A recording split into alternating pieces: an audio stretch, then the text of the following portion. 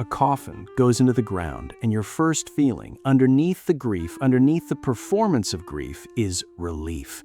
Not because you're cruel, because it isn't you. You're standing there in your good shoes on the wet grass, and you're looking at the faces around you, and every single one of them is doing exactly what you're doing, performing correctly, making the right expressions at the right volume, saying he was a good man, or she's in a better place, or some other sentence that sounds like meaning, but is actually just noise people make so they don't have to stand in the silence. Because the silence at a funeral isn't peaceful, it isn't respectful. It is the sound of every person present suddenly, viscerally aware that they are next. Not eventually, not abstractly, next. That the only thing separating them and the box going into the dirt is a sequence of mornings they have not been guaranteed. And then, before the thought can finish, someone says something. Someone always says something. The noise gets filled. The noise restarts. People move toward the food and the familiar and the comfortable rhythm of pretending that what just happened was about the person in the box and not about every single person standing around it. That relief lasts about 10 seconds before something worse arrives, something you've been outrunning your entire adult life, something that doesn't knock, it just appears in the silence when there's finally nothing loud enough to drown it out. Why is any of this here? Not the coffin, not the person in it, not the cemetery or the city around it, or the planet underneath it. Everything. Space, time, the laws that decide what gets to exist and what doesn't, consciousness, the fact that matter arranged correctly can look at itself and feel afraid of its own ending. Why does any of it exist instead of nothing? You've felt this question before, late at night, alone, in a car with the music off, in a hospital waiting room at 2 a.m. when the fluorescent lights are too bright and the coffee is too hot, and you're sitting there pretending to look at your phone, but actually just trying to hold yourself together. In that specific silence after everyone leaves a party, and you're standing in a room that suddenly feels like a stage with no audience, and you look around at the cups and the bottles and the evidence of an evening that was supposed to feel like enough, and it didn't. The question surfaced, and then the noise started again, and you buried it. You always bury it. This is about what happens when you stop. Here is the first brutal fact. You cannot think about nothingness. Not won't. Cannot.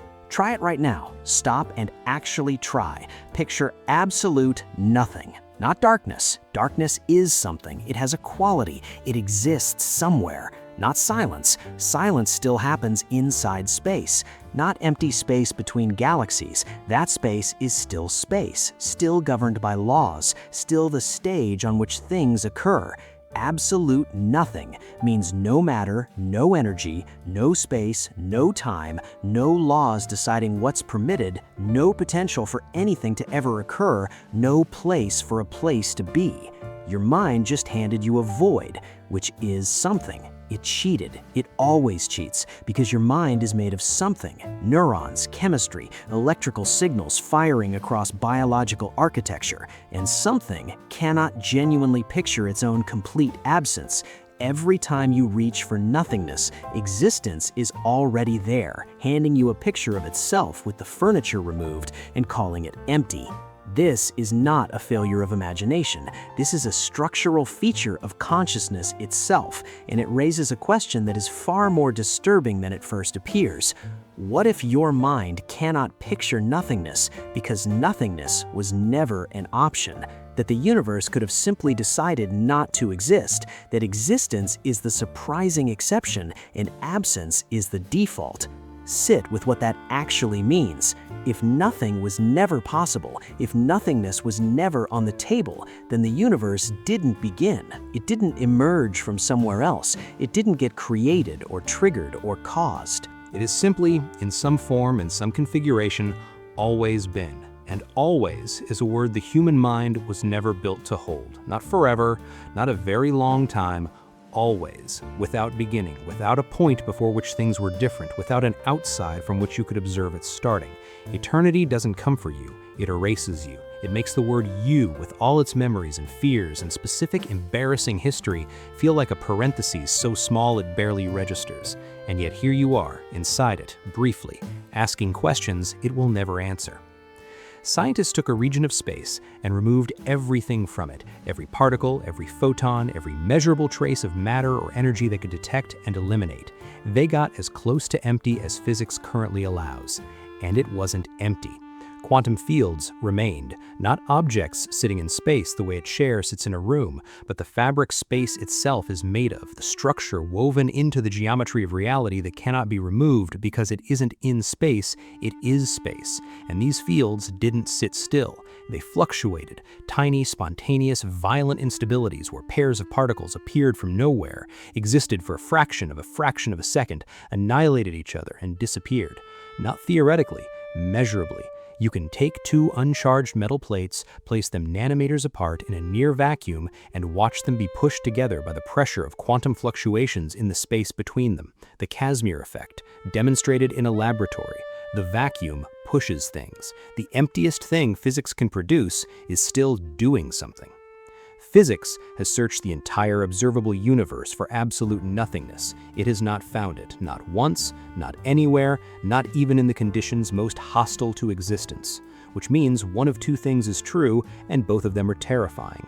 Either absolute nothingness exists somewhere we haven't looked, in which case we have no way to know anything about it and no way to explain how something could ever emerge from it, or absolute nothingness doesn't exist and never did, in which case existence isn't remarkable.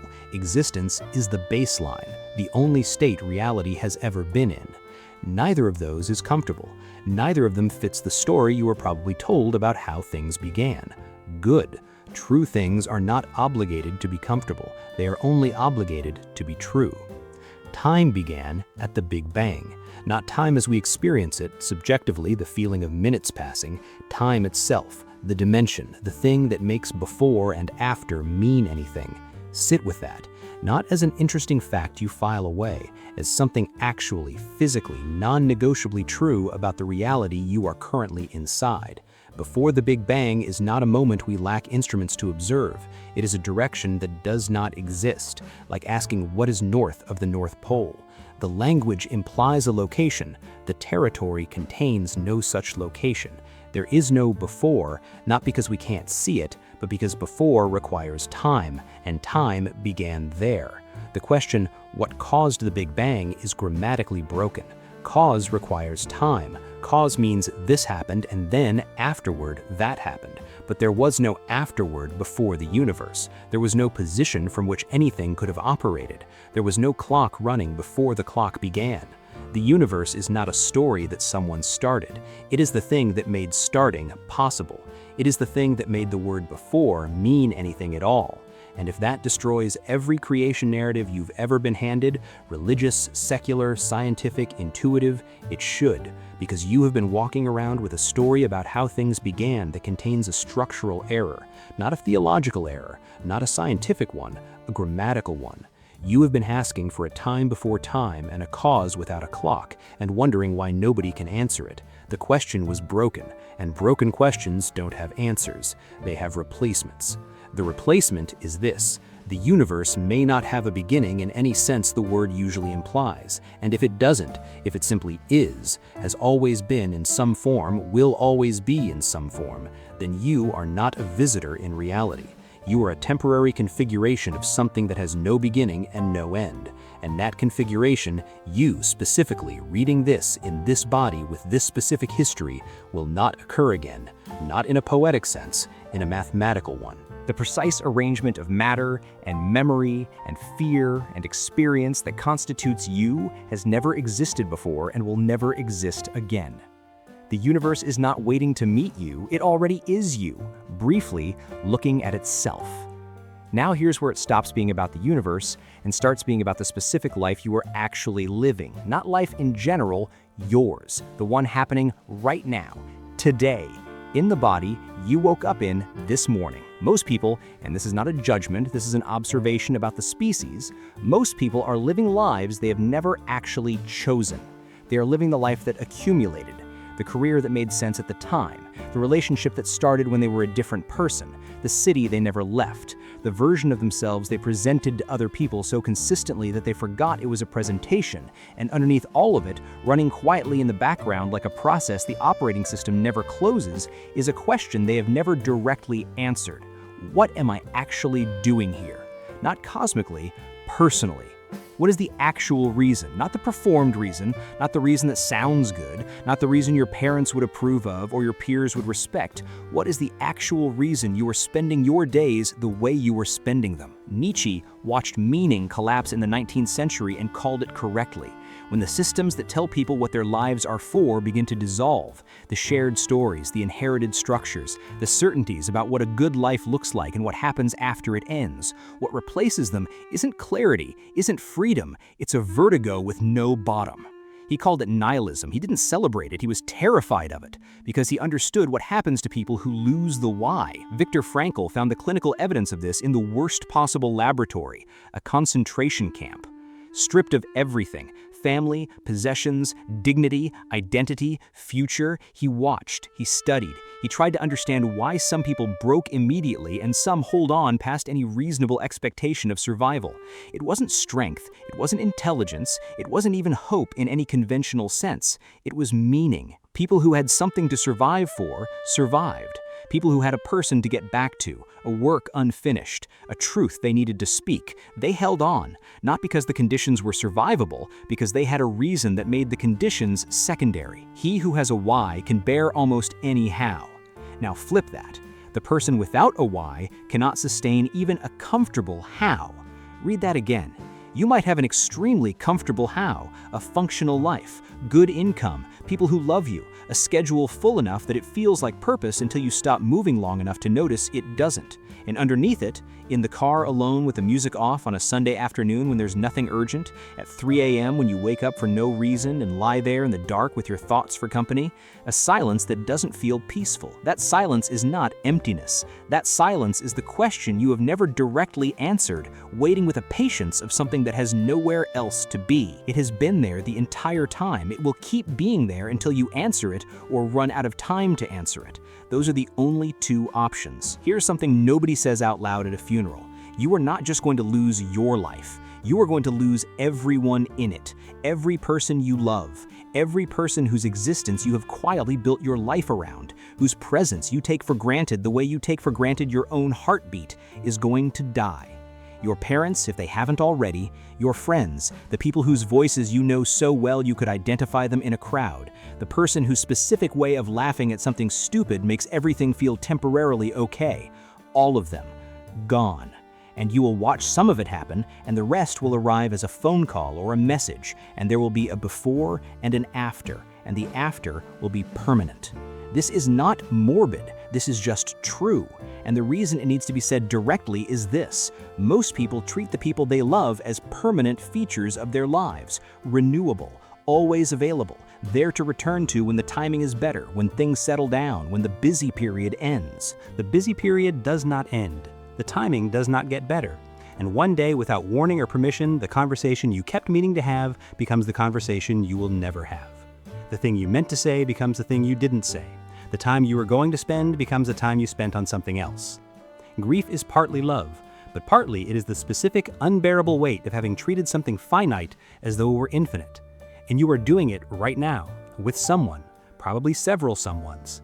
Here is the math nobody does. If you are 30 years old, you have lived approximately 10,000 days. If you live to 80, you have roughly 18,000 days remaining. 18,000 sounds like a lot until you subtract the days you will spend asleep, the days you will spend doing things that are necessary but not meaningful, the days lost to illness and obligation and the grinding maintenance of a life. What remains is a number that fits on a single page, the moments that will actually matter to you, the conversations, the experiences, the things you will think about when there is nothing left to distract you. Those do not number in the thousands, they number in the hundreds, maybe fewer. And you are spending them right now, today, on this, on whatever comes after this, on whatever you did before this. The clock is not displayed anywhere you can check it, but it is running. It has always been running. It will not stop because you are busy or because you have decided to think about it later. Later is not a place you can guarantee you will reach. When people say they feel empty, they are not describing absence. They are drowning in presence. The memories are there, constant. The regret is there, specific and heavy. The fear is there, running underneath everything like a current you can only ignore when the noise is loud enough. The love that has no object anymore is there, pressing against the inside of the chest with nowhere to go. The so-called inner void is never empty. It is full of everything the person cannot face directly, the life not lived, the version of themselves they were going to become, the conversation never had, the year that passed while they waited for conditions to be right, the morning they were going to start, the relationship they were going to fix, the work they were going to do when things settled down. Things did not settle down. Things never settle down. And the version of you that was going to arrive when they did, the better version, the braver version, the version that had finally figured out what it was doing and why, that version has been waiting for conditions that do not exist. What you call your emptiness is your unlived life. It is not absence, it is pressure. It is the weight of everything you have deferred pressing against the inside of a life that is running out of room to defer into.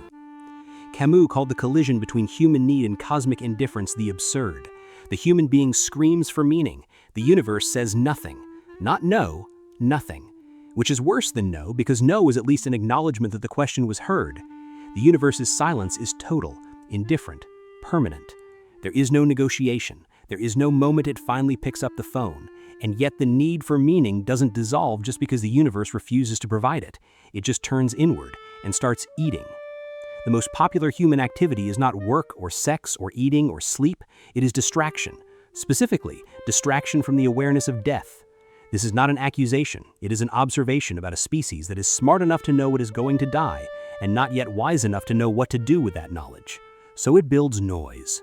Work as identity, busyness as a personality, productivity as a substitute for meaning, relationships maintained past their actual end because the silence they would leave is too loud, substances, screens, the endless consumption of content designed to occupy exactly enough of the mind that the question underneath cannot be clearly heard.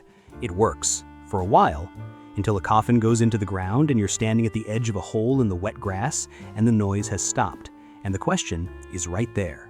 The same one, unchanged, patient. It has been waiting the entire time, and it will keep waiting because it is not going anywhere, and neither, ultimately, are you. So here is what actually matters. You are going to die.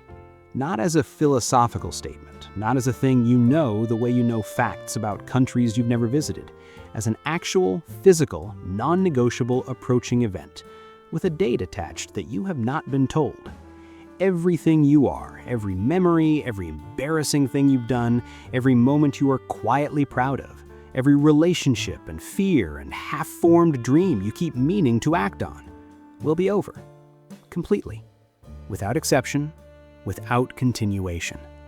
And between now and that moment, you have some amount of time. You don't know how much. It might be 50 years. It might be 5. It might be less than you would find acceptable if someone told you right now. You are operating with an unknown quantity of remaining existence, spending it right now, in this moment, and the clock is running whether you look at it or not. What are you doing with it? Not rhetorically, literally. What are you actually doing with the time between now and the moment that coffin is yours? What are you living for? Not the version you tell people, not the version that sounds intentional, not the version that makes you look like someone who has figured it out. The real version, the one that's true in the car alone, the one that exists at 3 a.m. when nothing is performing and nobody is watching, and you are just you, in the dark, with your actual life for company. Is it enough? Does it feel like enough? Because if you have to think about it for more than a few seconds, if you reach for the answer and find a performance instead of a truth, that is not a sign of failure. It is a sign that you are honest enough to notice. And noticing is where everything real begins. The universe is here. You are here inside it, briefly. You did not ask to be here. You were not consulted about the timing or the body or the circumstances or the specific fears and desires you would be asked to navigate. You simply arrived in the middle of a story that was already running, with no instructions. And one day, without negotiation, you will leave. In between those two events is your life. Not a rehearsal, not a practice run, not a waiting room for the version that starts when conditions improve. This, right now, this is it. The coffin is coming. It is already on its way. The only question that has ever mattered is what you do between now and the moment it's yours. Don't waste it on noise. Don't waste it pretending the question doesn't exist. Don't waste it waiting for a version of yourself that was always going to arrive tomorrow. Tomorrow is not guaranteed. Today is what you have. Use it like you know that.